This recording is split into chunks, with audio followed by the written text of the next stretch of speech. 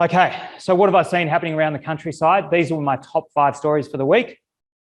Perfect storm of factors means an apartment price boom could be looming. Now, to put that simple, we've obviously seen huge increase in freestanding home prices over the last 12 months. Apartments, not so much. They've been okay, but haven't followed quite the same trend.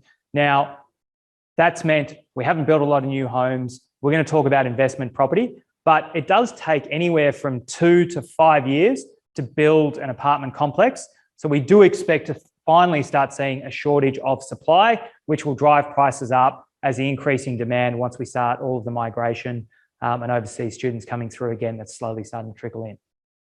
Struggling CBDs set for renewed growth as demand for city rentals surges. We're going to be talking about that in a minute, so I'm going to skip over that. 6 ways that COVID has shaped the housing market. I think we've touched on this a lot, but it was interesting to sum it up. Obviously, the regions have got a bit more of a look in. People have talked about working from home as a regular thing and how do they fit that into their lifestyle. And obviously, all of the government incentives that have come through have really changed the way that people have been buying. John McGrath, legend, made some observations about the East Coast market. Ultimately, he said, we're still in for probably another good 18 months of solid growth, and he doesn't think things are going to fall down. What's the difference between an appraisal and valuation? I think I'll save that for another session. 2 seconds, auction results. We had, time is up, I believe it was about national clearance rate of 76.8%.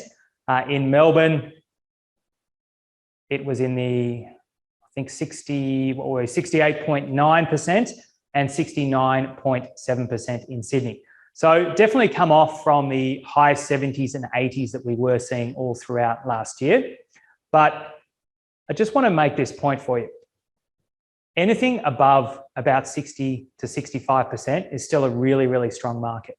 When you couple that with those of you that have been listening for a long time will know, Sydney had 1,005 auctions, Melbourne had 1,504 auctions.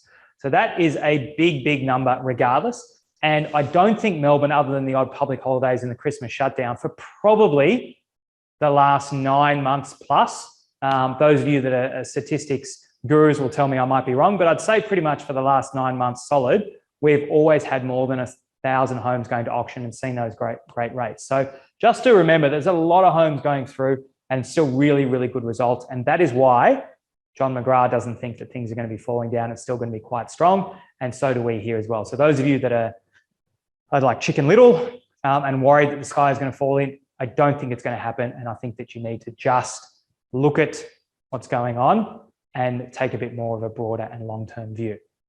Okay, I think I did pretty well. Obviously, I had to skip back on those slides because I did want you to see those statistics.